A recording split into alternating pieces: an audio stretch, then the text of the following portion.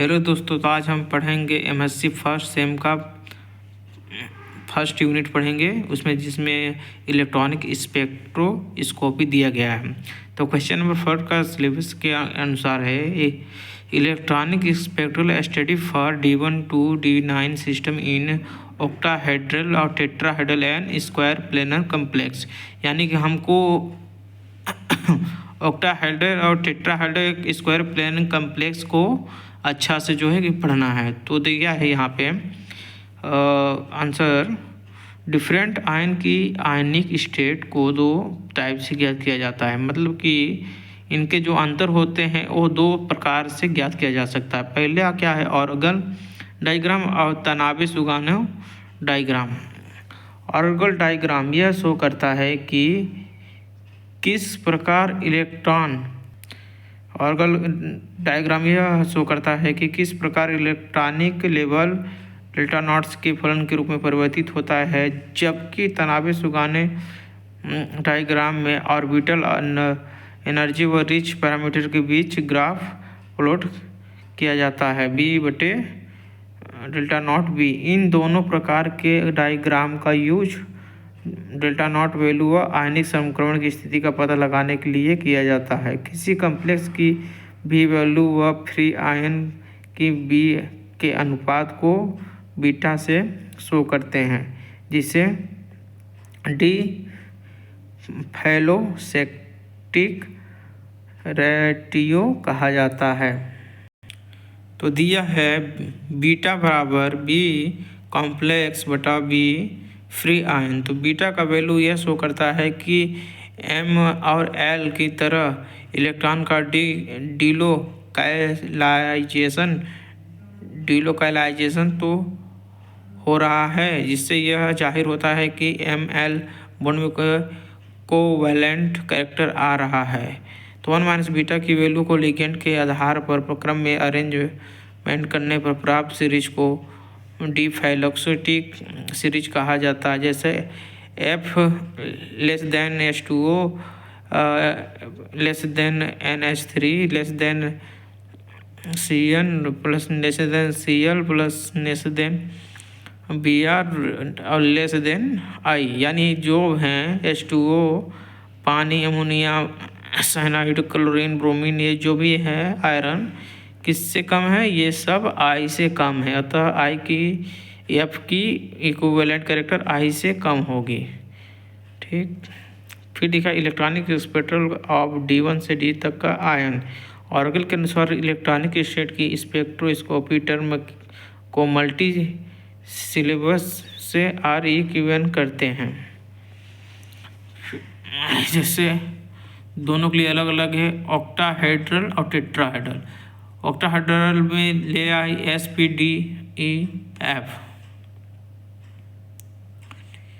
और इसमें टेट्राहेड्रल में देखिए, जबकि S के लिए AIG रखा है तो उसमें AI रखा गया है, TIG तो TI, EG तो EFG, A2G तो उसमें A2 T1 T2, AI तो A1 EA T1 T2। ये गैसीय अवस्था में आयन की डी कक्षा का डिजेनरेट होते हैं तथा इनमें इलेक्ट्रॉन संक्रमण नहीं होता है। लेकिन कॉम्प्लेक्स निर्माण के समय जब लिगेंड मेटल आयन से संपर्क में आते हैं तो इलेक्ट्रॉन के इलेक्ट्रॉनिक स्टैटिक इफेक्ट से डी ऑर्बिटल जनरेट हो जाते हैं। ऑक्टाहेड्रल कॉम्प्लेक्स में EG ऑर्बिटल उच्च ऊर्जा स्तर पर पहुंचते जाते हैं, जबकि T2G ऑर्बिटल निम्न ऊर्जा स्तर तक पहुंच जाते हैं।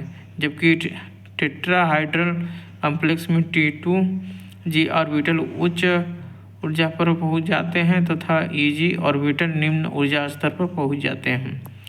तो एनर्जी ये है डायग्राम में अच्छे से देख लीजिए, डायग्राम अच्छे से देख लीजिए, ये डायग्राम को याद कर लीजिए। D1 आयन के लिए Ti+3 octahedral high spin state को एक इलेक्ट्रॉन T2 से ऑर्बिटल में कैसे बदला गया है, जिसमें आप देख सकते हैं ये क्या है, Eg क्या है, एनर्जी हमारी जो है ये ऊपर में रखा गया है, तो इसमें T2G जो है ये नीचे है, तो इसको क्या करेंगे, चेंज कर देंगे। Eg नीचे हो जाएगा, T2 इधर हो जाएगा टेट्राहेड्रल में। ऑर्गल डायग्राम में D1 octahedral high spin, D1 octahedral एक कॉम्प्लेक्स में 1 इलेक्ट्रॉन T2 ऑर्बिटल में जाता है। यह इलेक्ट्रॉन संक्रमण के दौरान तभी ऑर्बिटल में Eg एनर्जी ऑर्बिटल में जाता है, तथा इलेक्ट्रॉनिक संक्रमण से इलेक्ट्रॉनिक स्पेक्ट्रल प्राप्त होता है। इस अवशोषण स्पेक्ट्रम में पीक 20,000 सेंटीमीटर पर प्राप्त होता है। ये देख लीजिए, अच्छे से याद रख लीजिए, 19,000, 20,000, 23,000 बनाया गया है।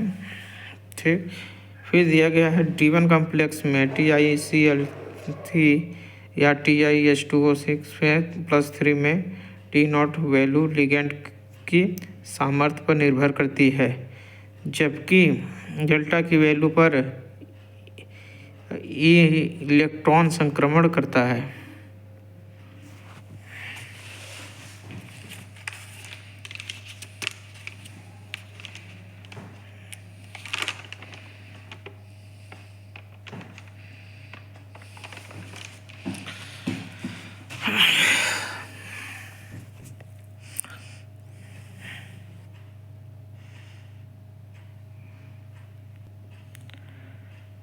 D1 आयन के लिए ऑर्गेनिक डायग्राम निम्न प्रकार से प्राप्त किया जा सकता है। जैसे 2D क्या है, इसके की एनर्जी लगने वाली क्या है, ये क्या है, हॉरिजॉन्टल है। तो डेल्टा नॉट ये देख लीजिए फील्ड स्ट्रेंथ है, जो है जहाँ ऑक्टाहाइड्रल के लिए बहुलकता को शो करता है। D1 D10 -9 तो D1 से D9, D2 से D8, D3 से D7, D4 से D6, ये क्या है, हमारा रेंज है जो लिखा गया है। तो इसका न्यूनतम अवस्था और न्यूनतम अवस्था दोनों चीज़ का न्यूनतम अवस्था दिया गया था। 2D 3F 4F 5D DS D10 अवस्था SS। Orgel diagram for D1 tetrahedral high spin state, इसमें T2G ऑर्बिटल उच्च ऊर्जा के T2G तथा निम्न ऊर्जा के होते हैं। अतः एक इलेक्ट्रॉन ऊर्जा से Eg से T2G में संक्रमण करता है। ये देखिए, अच्छे से देख लीजिए, इसको आप नोट कर भी सकते हैं। फिर यह डायग्राम बनाया गया है, ये डायग्राम कुछ हट के है, देख लीजिए। फिर Orgel diagram for D9 tetrahedral HS, जिसमें 2G ऑर्बिटल में एक होल का ट्रांसफ़र T2 से ऑर्बिटल में होता है। दोस्तों, देखा जा सकता है कि ये डायग्राम और वो डायग्राम थोड़ा सा चेंज है इसमें, ठीक ना। और फिर इलेक्ट्रॉनिक स्पेक्ट्रल को D4 और D6 से जो है कि यहाँ पे प्रदर्शित किया गया है। ये देख सकते हैं आप, कितना अच्छा है।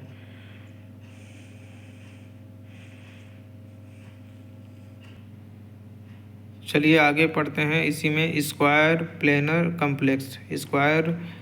कॉम्प्लेक्स साधारण D8 इलेक्ट्रॉन कॉन्फ़िगरेशन वाले मेटल आयन, जैसे लेड पर जो है कि 2 चार्ज प्लस, लेड पर Pd पर, निकिल पर, Au पर, RH पर etc आदि बनाते हैं, जिससे अधिक स्टडी P2 के कॉम्प्लेक्स में किया जाता है। सबसे ज़्यादा किस में किया जाता है, Pt स्क्वायर प्लस को किया जाता है। स्क्वायर प्लेनर कॉम्प्लेक्स में कोऑर्डिनेट नंबर 4 होते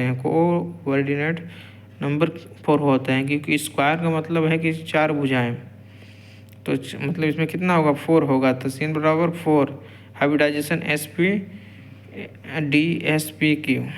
इसका देखिए M के लिए M और L लिया गया है, इसमें 4 जो है कि इसमें L हैं जो M से घेर रहे हैं हमको। इसमें निकिल के लिए देखिए SI डायग्राम दिया है।